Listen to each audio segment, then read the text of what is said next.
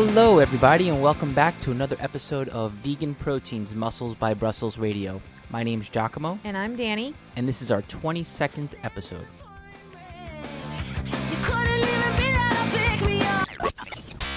Danny, what have we been up to, man? It's been chaotic, huh? Yeah, this has been one of the craziest, this will be one of the craziest months ever. Isn't that what we said the month before that and the month before that? Yeah. You sound pretty defeated when you're saying that. So we ran a Black Friday, Cyber Monday, whatever the hell that weekend is after Thanksgiving sale, and it went really, really well, which is great. Awesome. Thank you so much, guys, for your support with that sale. We appreciate it, but it was a lot of work to get everything out on time. In addition to the fact that we are also getting ready to ship out the plant-built perks. So those of you who donated to our Indiegogo campaign in the summer, we are finally getting the last little bits of stuff that we need to get in so that we can ship it out to you. And thank you again, one, for donating, and two, for being so incredibly patient, because this is not an exact science. And unfortunately, we have so many different vendors creating different parts of the perks, and we have to wait for them all to come in before we can ship them out to you. But that's essentially going to be like 450 packages that need to go out. That's it? No big deal whatsoever. Like, be assembled with the correct t-shirt sizes, and then they need to make it to the right addresses, and whew.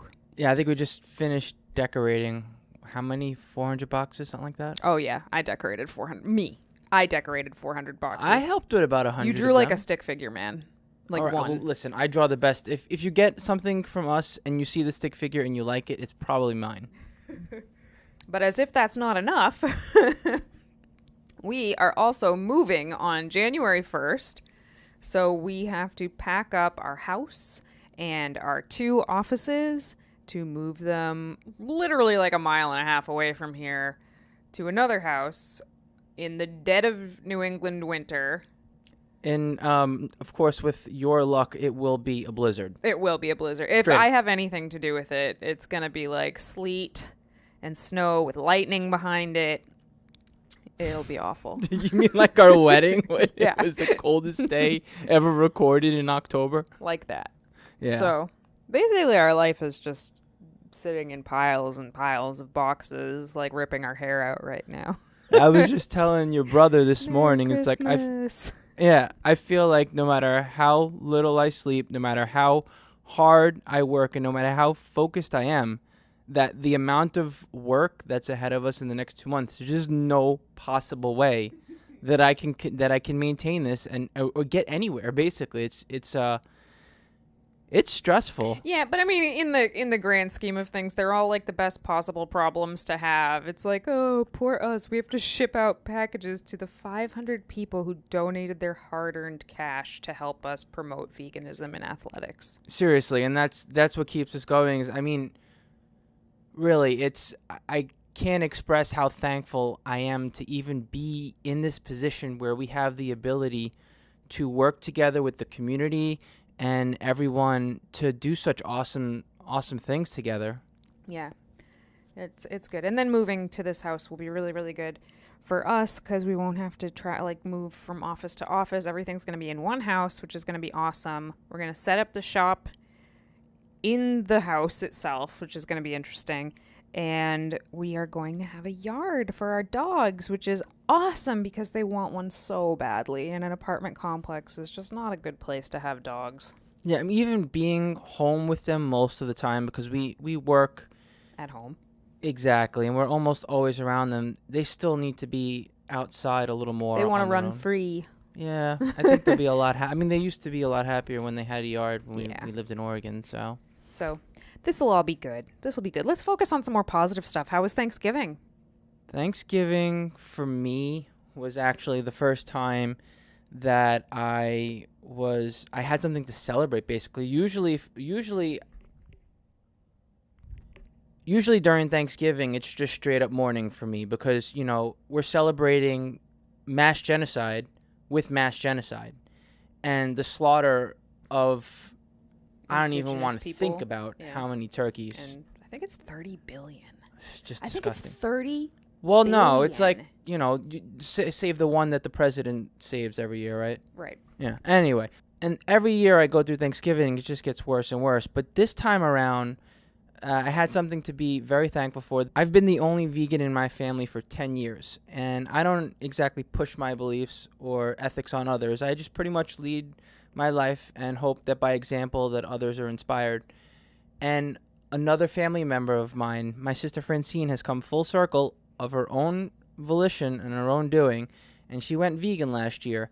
And to me, that was just the greatest thing in the world and something to finally be thankful for, because now I have someone in my immediate family who truly understands how I feel, especially during a time like Thanksgiving. Yeah. It was a really good Thanksgiving. We just had it here with my siblings. Obviously, it was a fully vegan Thanksgiving. My sister and her boyfriend are both 100% vegan, and my brother is very, very close. I think he's just not like into the label of veganism, which actually my sister used to say the same thing. She's like, I won't eat it, but like I don't want to use the word vegan. It's too cool. And then she met a whole bunch of other vegans, and she was like, all right, y'all are pretty cool. Like, I'll call myself vegan, I guess. So that was cool. My brother's close, and we had so much food. It was awesome. Everything was so good. I don't know if anybody saw my Instagram post. My one plate that I had at Thanksgiving of food, I didn't go back up for seconds or anything, but I did have one plate that was roughly 2,000 calories in and of itself. I for sure had way more food than I would normally have, But not like out of control or anything like that, which was nice, Just enjoy the day with your family, and it was nice. Yeah, I still ate mindfully, and I was aware of what was on my plate. I just wasn't going to sit there with a scale or anything. That's ridiculous. So what are we talking about today, 𝐬𝐿𝐾𝐿? Injuries, how to avoid them, what happens when you get them, and how to treat them. Yeah, I mean, injuries are a real bitch, and they're kind of part of the territory of being a serious lifter. I would say probably like 90% of people who lift regularly will probably eventually get an injury of some kind. So it kind of sucks, right? Because you're lifting specifically to become stronger and healthier and to prevent your body from breaking down.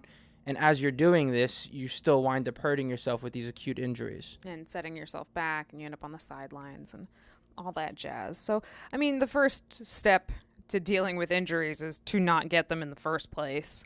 So what are some ways that you could avoid injuries? Well, let me preface that with saying, first of all, injuries are not 100% avoidable. But yes, you can take some measures to minimize your risk of injury. I'd say the first two things that come to mind when you mention that would, one, be properly warming up before you work out. Yes. And the type of way that you warm up can really help. Active stretching, I find, tends to be the most useful way for me to stretch and get... What do you mean by active stretching? Well, put it this way. Active stretching is when you don't hold the stretch for any more than, say, a couple of seconds, whereas opposed to a static stretch, which is what most people think about when they think about warming up and stretching, is holding a stretch for 20, 30 seconds at a time. Well, I mean, I think it's pretty commonly thought of that, when we think of stretching, we think of like yoga or like, reaching for your toes and hanging out there or something like that. But really, stretching is any time that your muscle is lengthened. So like if I stick my arm out straight in front of me, I'm stretching my bicep just by doing that alone. We think a lot about, you stretch until you feel the stretch, but you don't even have to do that to necessarily qualify it as stretching. And sometimes stretching to the point where you feel the stretch too much before you work out can actually make your joints a little bit too loose. You want your joints to be loose enough that you can perform the movement, but you don't want them to be so loose that you lose your stability. Right, or you can't engage your muscles the way that you need to, and then you perhaps don't have as much force behind them. So by like active dynamic stretching, like walking lunges would be like body weight. Walking lunges would be a great way to sort of open up the hips, stretch out the glutes. Windmills, if anybody remembers windmills from like gym class when you were like 7 years old, where you stand like a starfish and touch your right arm to your left toe and stand back up and then do the opposite. That's a good example. You're kind of constantly moving, constantly stretching gently and coming back. I actually have a video up on YouTube of a dynamic stretching routine that I do before I work out, but I think it's private. Maybe I'll make it public for you guys. But properly warming up is so important, and it's a pain in the ass. Like, when you get to the gym, we pretty much all want to just sort of jump into our workout. But taking the time to, like jog or use the elliptical or just the rower, something to just get the blood flowing in your body for 5 to 10 minutes and then doing some dynamic stretching can really make a big difference.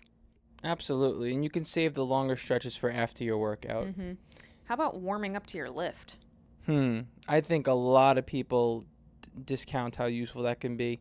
I know in the past, let's make sure that everyone understands what we mean when we say warming up for your lift. And that's basically, performing the lift or exercise at a very low resistance level. So let's say that your bench is usually 135 pounds on the barbell. Instead, you would be warming up with, say, maybe half of that. So what's half of 135? I can't even math right now. I'm so tired. 67.5. Something like, but we can't even micro load like that. I'm totally geeking out here. But 70 pounds. And so maybe do bench press with 70 pounds on it. 1, 2, 3 warm-up sets. Perhaps maybe do the second set with 80 pounds, second with 90. Yeah, I mean, for me, anytime I'm going to do a big compound movement, I start with just the bar. I always start with just the bar, just to get the motions down, and then I'll add 20 pounds and add 20 pounds and add 20 pounds until I get to my working weight. And that's usually how I like to warm up. And I don't do a full set. If I'm doing sets of 12, I'm not going to do every warm-up set with 12 reps, but I'll do like 5 or 6. Exactly. Just to get your body used to the motion, especially if you're working with heavier loads and you're working in that, anywhere from 2 to 8 rep range. That's pretty heavy stuff, and you don't want to just jump under that bar and just go right from there. 1, you can injure yourself, but 2, you're also probably cheating yourself out of a better set because you could probably do more or do it better if you were properly warmed up. And you can do this with every single exercise on your program pretty much. Yeah, even, bicep curls. I'll just pick up a pair of 10s and curl those for a few reps just to warm myself up to the motion. Then I'll start with my working weight. I think a good way to look at it is the larger lifts, you maybe want to do 2 to 3 warm-up sets, whereas the smaller lifts, maybe 1 set would suffice. Yeah, I think so. What are some other ways to avoid injury? Well, I think that technique was probably the next most important thing to emphasize as far as avoiding injury. There's a time and a place for forced reps and or cheater reps where you're not doing the full contraction without cheating a little bit. But those reps are few and far in between. For the most part, your technique should be spot on because it's not about how much you lift. It's about how you lift and what kind of contraction you're getting out of it. Furthermore, if you don't lift with the proper form, you might wind up tweaking another muscle that you're using to cheat to lift the form up. So, like, for example, say that you're trying to do, a bicep curl, right? And now all of a sudden you're throwing your low back and your shoulder in it. Well, are you really looking to use your rotator cuff to do a bicep curl? It's not meant to be in that position, and you could potentially aggravate it, for example. Absolutely. So, I mean, a lot of times when people injure themselves while they're working out, they're not actually injuring the muscle they're supposed to be working. They're injuring some other weird muscle. Not a lot of people work out their neck at the gym, but you hear about a lot of neck injuries, and a lot of times that's from holding your body in improper alignment or, looking up when you're doing a deadlift or something like that. Proper form and making sure that you're using that could avoid a lot of those from the get-go. So another thing that you can do to help prevent injury is make sure that you spend some time focusing on strengthening your smaller muscles. Things that come to mind when I say this are particularly your rotator cuff, which are 4 tiny muscles underneath, inside your shoulder, right near the bones, the joint itself, and those are the muscles responsible for rotating your shoulder in its socket. And shoulder injuries are incredibly common. So common in weightlifting. And the reason for that is imagine doing a shoulder press and you're getting stronger and you're getting stronger, and your medial, frontal, and rear delt heads, the part of your shoulder that you can see when you think of like a big pumpkin delt, those will get stronger much, much faster than those tiny little muscles on the inside of your shoulder. So you want, and those are the ones that end up getting injured when you lift heavier. It's not that your, front delt couldn't take it. It's that your rotator cuff couldn't take it. And rotator cuff injuries are incredibly difficult to heal. They take a lot of time off. And what you can do to prevent that from happening is, one, make sure you're warmed up properly again, but also you can work on strengthening your rotator cuff in your downtime. Like, you don't have to dedicate a full workout to it, but just like any other kind of mobility work, you should spend some time focusing on building up your rotator cuff to handle the heavier loads by doing very, very light loads at high reps for your rotator cuff. Yep, I had a rotator cuff injury about 6 years ago that I got from ego lifting. Thank God I don't do stuff like that anymore. And I am still recovering from that. It does take a long time, and there's repercussions. Like, for example, I have some muscle imbalances that I'm working through, and even though my rotator cuff is pretty much healed up. So, yeah, I mean, it can take a while to build back from these things, but it's totally possible. Well, that brings us to our next thing, is ego lifting in and of itself. And what we mean by ego lifting is people who want to put up heavy weight, but they're not really strong enough to put up those numbers, but be damned if they're not going to try anyway. And I think pretty much anybody who's spent a lot of time in the gym, we've all done this at one point or another, where we're just like, yeah, I can do it. I can totally lift this weight. Or maybe you're trying to show off for somebody or whatever. And there is a degree that you have to push yourself past your comfort level when you're lifting. If you want to get stronger, it's going to be uncomfortable. But you also need to check your ego and, like, do you really think you can do this, or do you hope you can do this? Because those are two very, very different things. And pretty much, like Giacomo said, how much you build your muscles has very little to do with how much weight you're lifting, as much as how you're lifting it and how many times you're lifting it. The actual weight of the barbell or the dumbbell or the kettlebell, it is just one part of the equation of how much volume you're actually lifting. So it's better to lift what you can lift properly than lift more than you can lift improperly and hurt yourself. Okay, so let's say we give you the benefit of the doubt and assume you have done all of these things, but you still get injured. What do you do then? The second that something doesn't feel right when you're training, the very first thing you need to do is stop and assess the situation. Yes, stop. Do not try to push through some weird pain while you're lifting. Just stop. Usually when you feel that initial pain, it's going to take a little bit of time for the inflammation to build up and for the injury to set in. And you can do a lot more damage while that's happening by continuing to train for the rest of your session because you had to finish your workout. Exactly. A lot of athletes, we have this like do or die sort of mentality where, we're going to get it done no matter what it takes. And when it comes to injuring yourself, like, that's a really shitty mentality to have, because you're going to do a lot more damage. And stopping the second that you feel pain is, I'm not talking about like muscle soreness or burning. I'm talking, when you get a pain, like if you're doing Romanian deadlifts and suddenly your hamstring pulls, instantly. Just stop right then and there. And then don't do anything that makes that muscle hurt. This is very, very important. If you injured your elbow, you automatically know that you're not going to do bicep curls, but you may not automatically think, well, I can't do rows. But if you do rows and it makes your elbow hurt, stop doing them. You're going to have to stop doing anything that hurts your injury, makes it feel worse. And that is a hard pill to swallow depending on what the injury is, but it is not going to get better until you actually stop. No, especially not when the inflammation initially sets in. Eventually, you may come to a point where the injury is sort of at bay. It's not gone, and maybe you want to consider training with much lighter loads to try to ease your way back into training. But until that injury has gone down, the inflammation specifically, it's best to lay off the body part completely.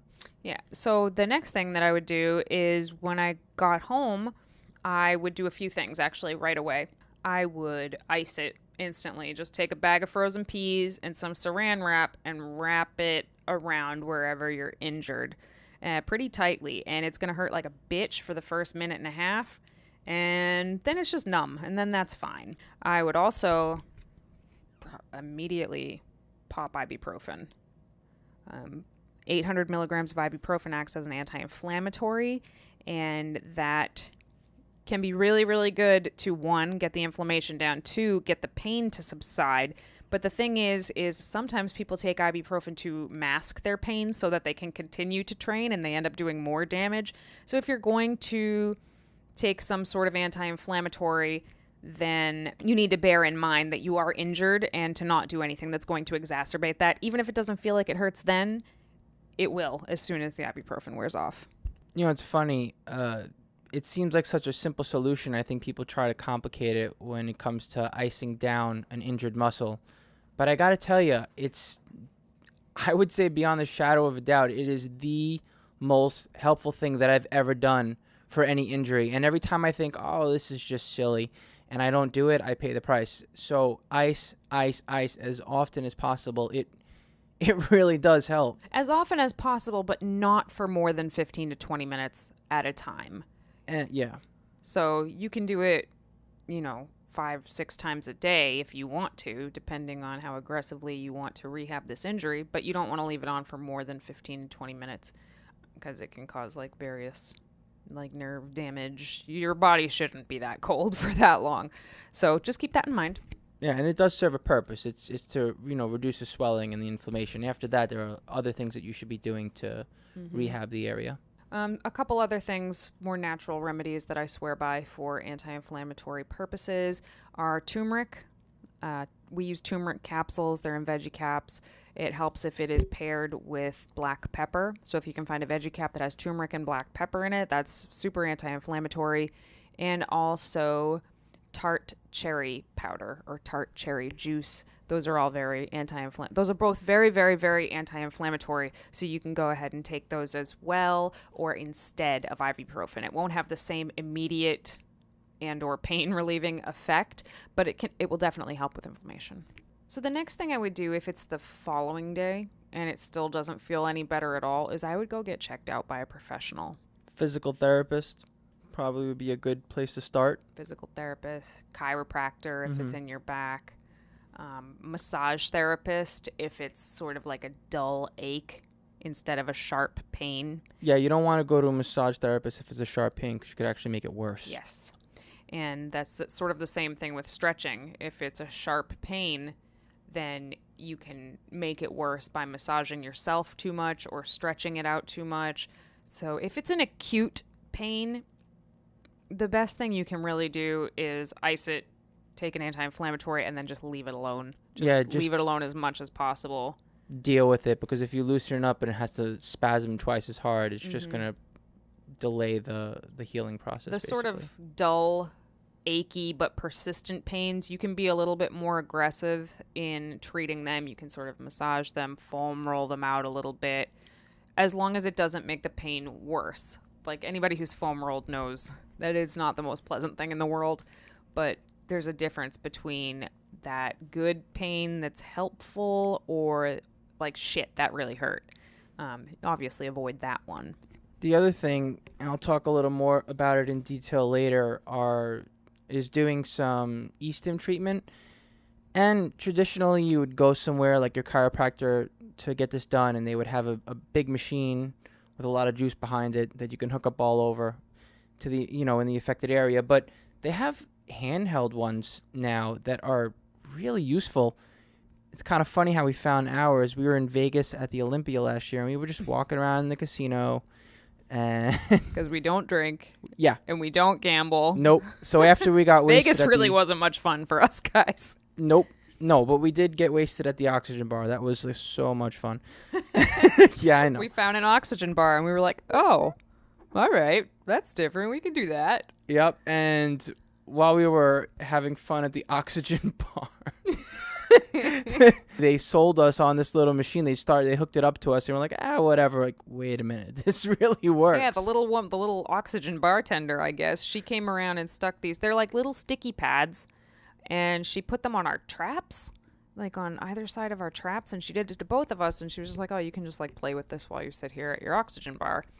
And it instantly made us both start like involuntarily shrugging over and over again, and neither one of us had ever felt that sort of a feeling before, so it was really, really funny at the time. Long story short, she totally sold us on it.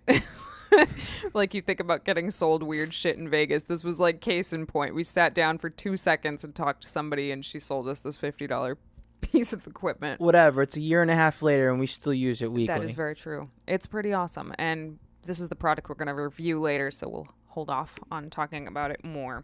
I will say, if you end up going to a chiropractor or a massage therapist or a physical therapist especially, if they give you certain exercises to do to help rehab your injury, almost always these exercises are going to look and sound like they're completely useless. And I know because I've been given exercises that look and sound like they're completely useless, and I'm doing them and I'm just like, this is so stupid. This is not even an exercise. Because, we just have different thoughts of what exercises are. No, do the exercises. Do what they tell you to. If they're telling you to do some really, really straight, like hold a broomstick and turn it one way and then turn it the other way, and it's like, what is this doing? There is a reason for it, and do them diligently every day if you're serious about recovering your injury. And take a rubber band and expand it with your fingers, stuff like that. Yeah, not only are they trying to help you fix your injury, they're usually trying to help so you don't get it again, because typically once you have injured an area, it's much more likely to get re-injured afterwards, especially if you don't rehab it properly. So other than that, really time is going to be the biggest thing that you can do, and of course that's the hardest thing that you can do for an injured body part, is just take the time off from training it, especially if you're like a real gym rat. That can be devastating if that's your outlet, if that's your means of getting your stress out, if that's your hobby or your passion.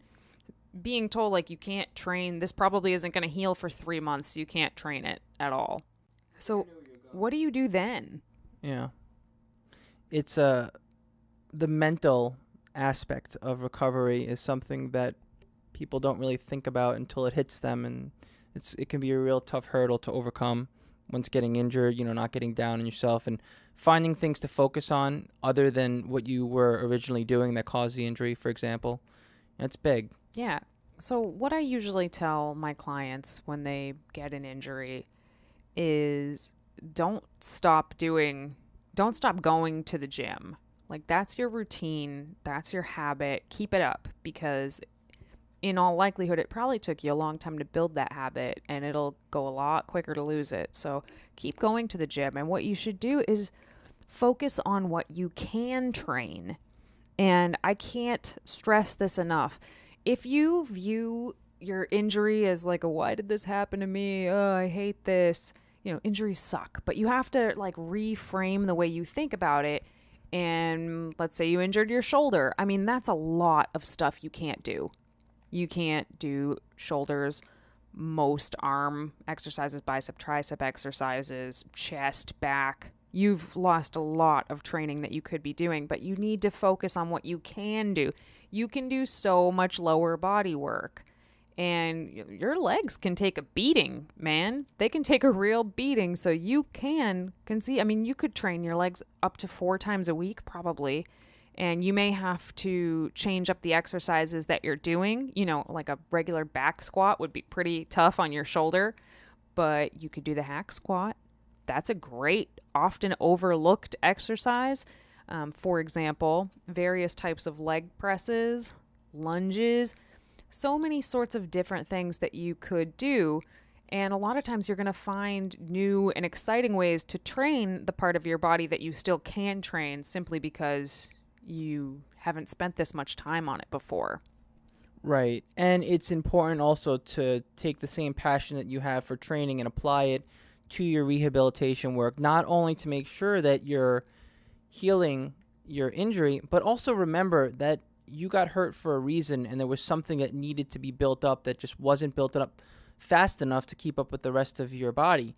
And remember, this is actually your opportunity to balance out your body in a way so that you can keep moving forward.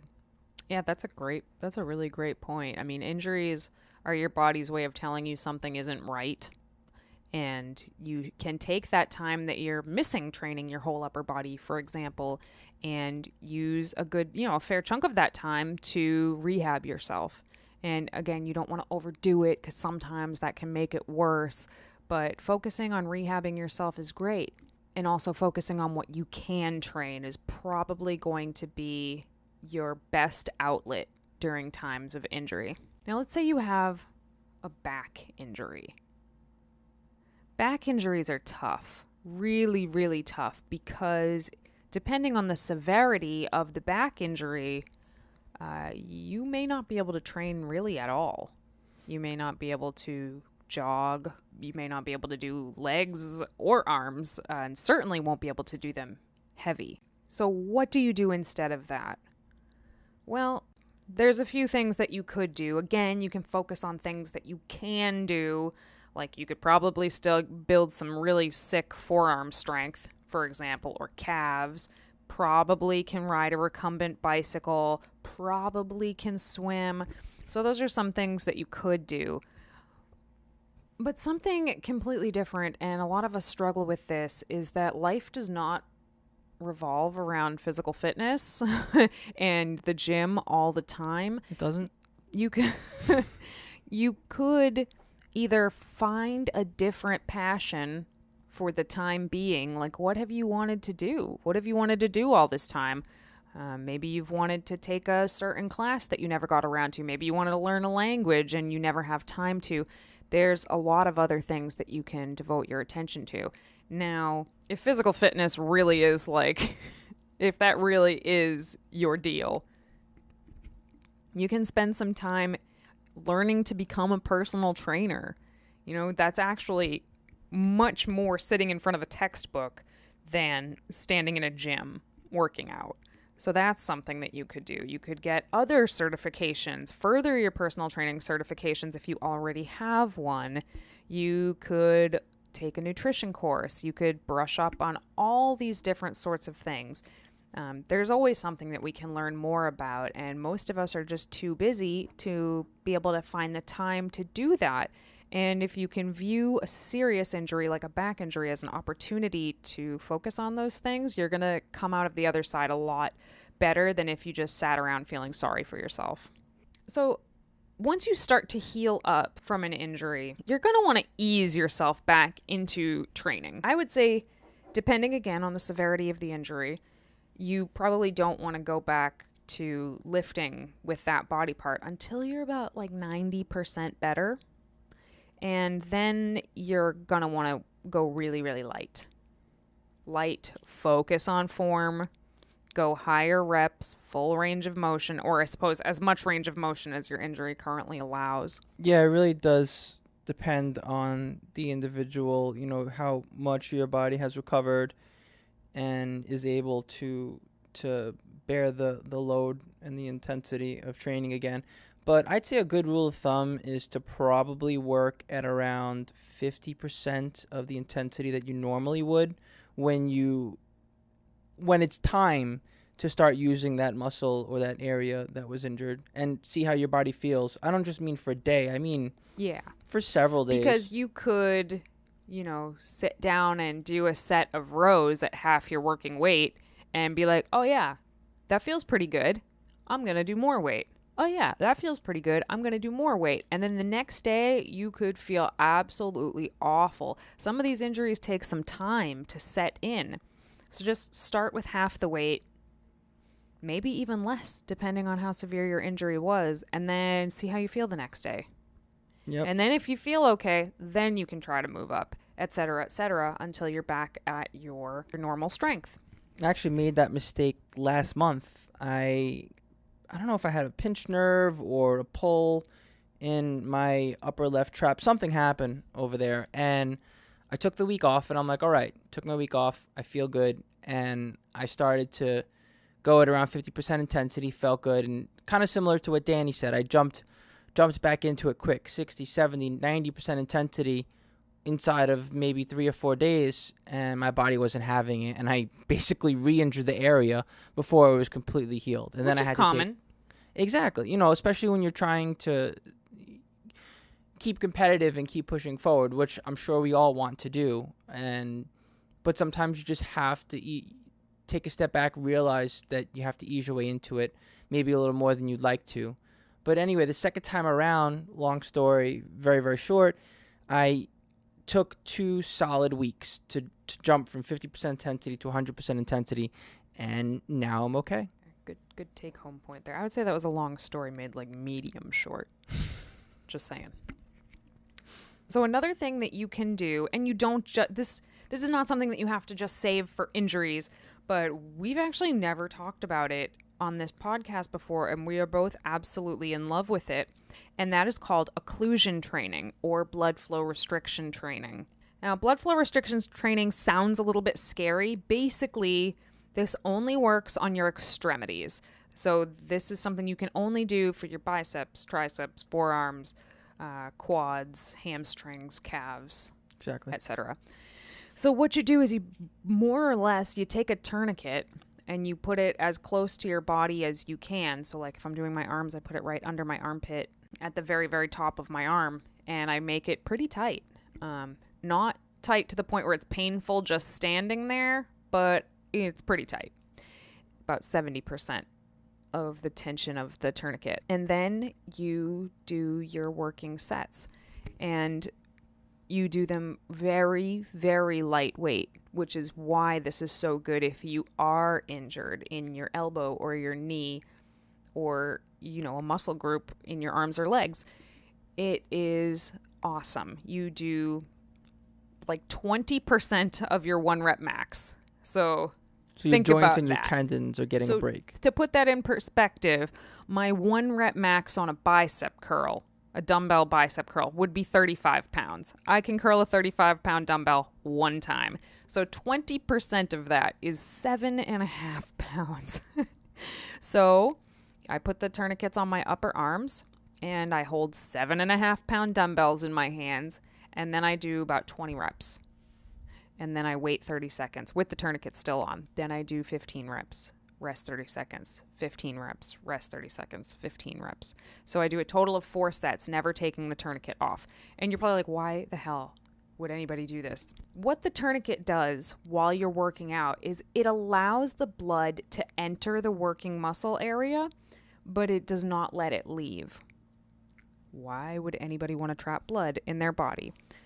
The reason for this is that when you're working your muscles and you're working heavy, part of the reason that your muscles grow or get stronger is because of how much blood is flowing to that muscle.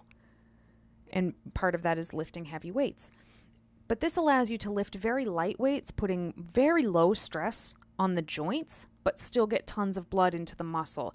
And this promotes a lot of muscle protein synthesis, and actually in studies has been shown to have a lot of muscle growth using very, very light loads.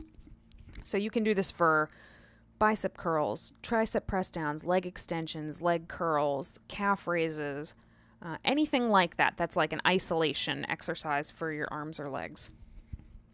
And I mean, I suppose you could use them for other leg exercises too, like squats, but I haven't tried it because I feel like I'd probably fall down and it would be horrible. But specifically for injury, you can see how this would be very, very beneficial.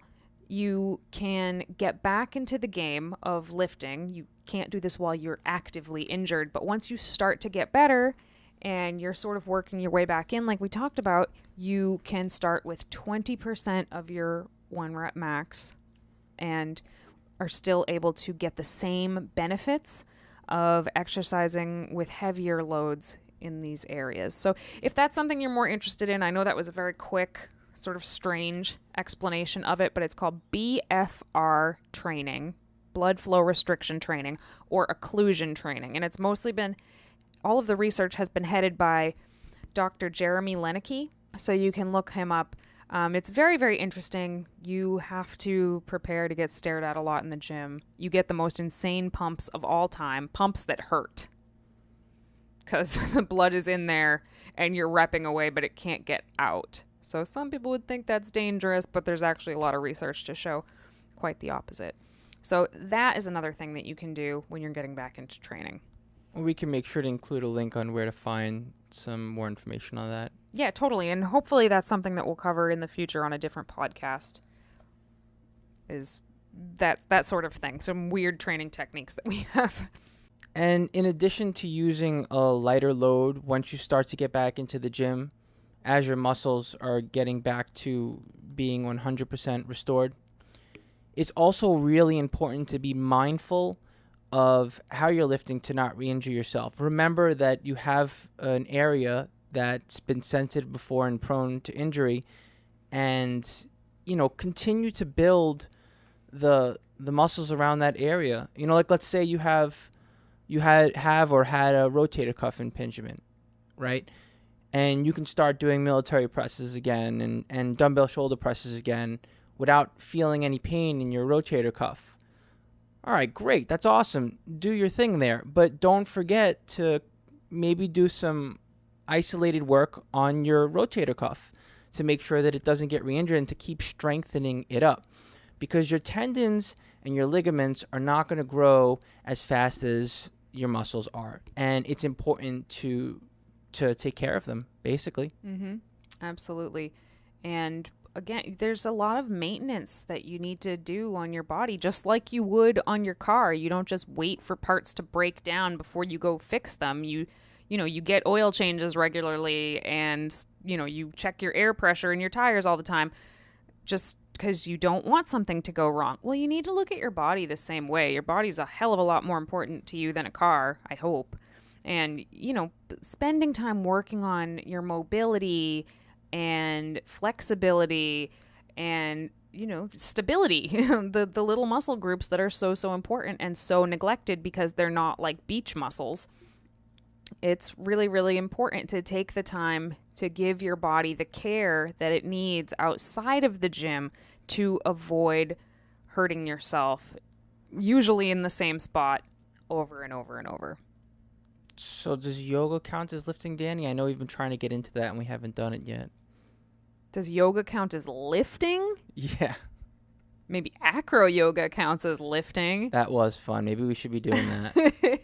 But no, yoga is absolutely awesome.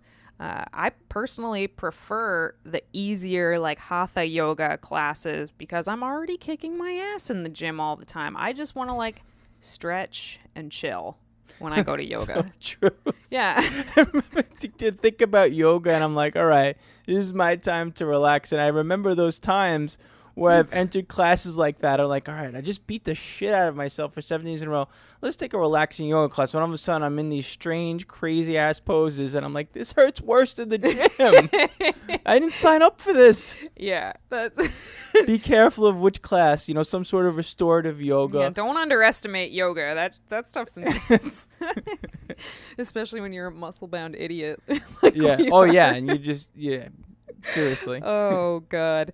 All right. So that's pretty much, that wraps up our talk about injury. I'd love to hear how you deal with injuries. What sort of injuries have come up and how have you dealt with them? I know some of them are easier to deal with than others, and I think there's so many different ways to deal with them, only a small portion of which we just covered. So let us know, because I'm always interested to learn more so that I can help other people more. So shoot us a message. Moving on to our product review segment for today's episode. I want to talk a little more about the eStim machine that we got at the Olympia. We picked up one of these, like I said, at Vegas at an oxygen bar, and the likelihood of you having access to that, I would imagine, is slim. So we'll make sure to include a link on where to find these guys.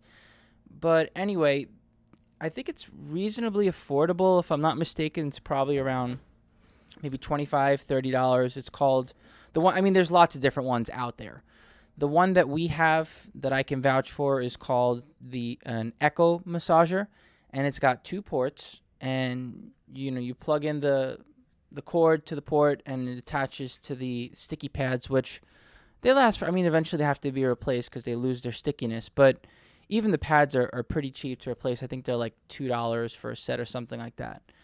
But anyway, this one over here has about 6 different settings. Each one is different type of massage, and you can also adjust the intensity on it. Why don't you explain what it does exactly? It's magic. This little nifty contraption sends electrical impulses to your muscles, causing them to contract and expand and loosen up. So you can get a very similar effect, not the same effect as, say, you would from working with a massage therapist or having your partner massage you or foam roll, but you do get a different kind of massage with the 𝐸𝐮𝐬𝐫𝐞, and I do find it to be very helpful for loosening up an injured area or anywhere where you just have a little bit of tightness or discomfort. Now, I've noticed a really big difference actually just by doing something as little as 5 minutes with this machine.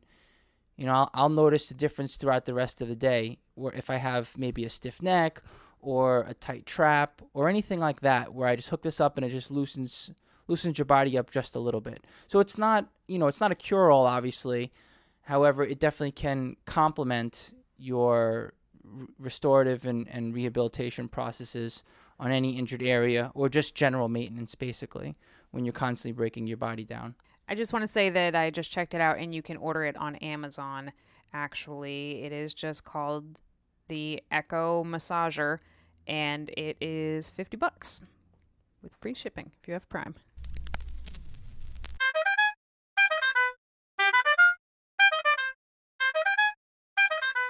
Now it's time for our Q&A segment for today's podcast.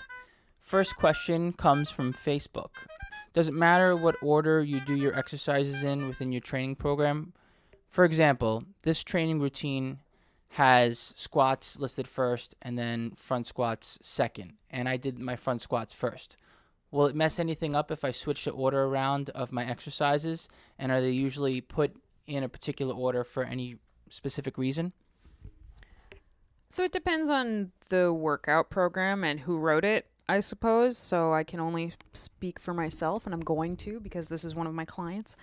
So I know that I wrote the workout program itself. Yes, it matters what order your exercises are listed in, at least in the programs that I write. It does matter. And the reason being is that I prefer to put the biggest exercises at the beginning of the workout, usually big compound movements, which back squats and front squats are both big compound movements. Back squat is just usually heavier than front squat, so that is first. 1, because it recruits more muscle fibers, and 2, because usually a heavier weight is going to require more concentration. Now, if you were to switch them or do different things out of order, it's not the end of the world. It's just that you are probably going, if you do front squats before back squats, there's a good chance that you're going to fatigue your quads before you get to back squats, which could be a good thing, or it could be a bad thing, depending on what you need to focus on more. If you're the type of person who doesn't engage their glutes and their hamstrings during a back squat, usually, and you need help doing that, perhaps fatiguing your quads beforehand would help you to engage more of your glutes and your hamstrings in your back squat, for example. So every workout is going to be different. Every exercise is going to have a different effect depending on what order that it's in. Typically, if someone has written you a workout, or you're using like a workout that you found on like bodybuilding.com or something, they're usually in the order for a reason. I would only really mix stuff up if, like my client said, someone was in the cage that she needed, so she moved stuff around. If you're on a time crunch, then you do what you got to do to get it done. But if you have the time to wait, then that's what I would do personally. Okay, our next question is more of a philosophical question than a health and nutrition and fitness question. And it comes to us on Instagram. And 𝐬𝐮𝐬𝐜𝐫𝐢𝐻 said, I eat everything, and although I respect everyone's choices to not eat meat, I'm curious why everyone who's vegan or vegetarian chooses to be vegan or vegetarian. Is there any way you could post something up so that I can get a large view and understanding about your lifestyle and choices? So I didn't make a post about this because I don't like to post stuff that just invites debate, basically, on my page, but I am happy to talk about why I became vegetarian or vegan. But I'll let you go first, Giacomo. Sure. Well, being completely upfront here, I did become vegetarian and then vegan initially for health reasons. I felt that it was potentially a healthier way to live to go plant-based. The information that I looked up when a friend of mine had a heart attack and I wanted to help them out kept leading to me feeling like going 100% plant-based was the best thing for my health. And so I made the switch. I mean, mainly, I'd say one of the biggest selling points was dietary cholesterol. And it's not that consuming dietary cholesterol is going to cause you to have heart disease. You know, I mean, your body can metabolize a certain amount of dietary cholesterol, even though technically you can survive without it. You don't need it. However, the more and more you consume of it, eventually, no matter how active you are, your body can potentially not metabolize it, and then your cholesterol builds up, and that can lead to heart disease. So Whereas anyway, that plant-based foods have no cholesterol. Exactly. Cholesterol is only found in animal-based foods. So you can have a cholesterol-free diet if you go vegan. So my reason for going vegetarian and then vegan is pretty much the opposite of Giacomo's. I didn't care about my health at all. I don't want to say I didn't care about my health. It just wasn't something that I ever thought about, ever. But animals is something that I thought about often. And one day, I literally remember the day that I was driving around with my mom, and I was like, wait a minute. So some people don't eat meat, right? And she was like, no. And I was like, and meat is animals that they kill for food, right? Then why do I eat it? Well, because that's the way it is. And I just, even at like 7 years old, I did not accept that as a reason. I remember crying in the car saying, if people can live without it, then why are we eating it? If it kills baby animals. And I was just an absolute wreck. And basically the answer that I got over and over again was, well, that's the way it is. And side note, my mother is vegan now, just so you know.